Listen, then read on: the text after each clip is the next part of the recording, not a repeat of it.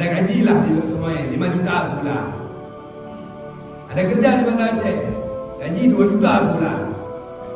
Tapi kalau saya keluar semua, tinggal istri saya 3 bulan di sana tanpa pengawasan. Apa hukum saya keluar itu? Haram. Apa hukumnya? Haram. Karena membiarkan bini di sana.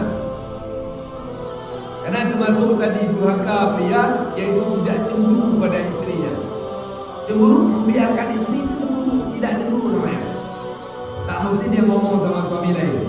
Karena ada kemungkinan mungkin di antroni maling, diganggu orang, kita biarkan, itu haram itu. Nanti ya.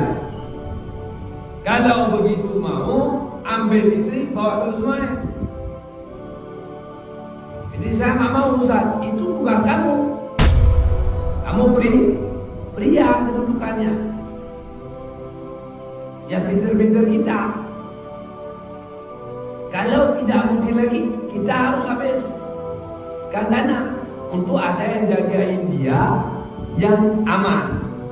Ini nggak sembarangan. Nabi sampai begitu.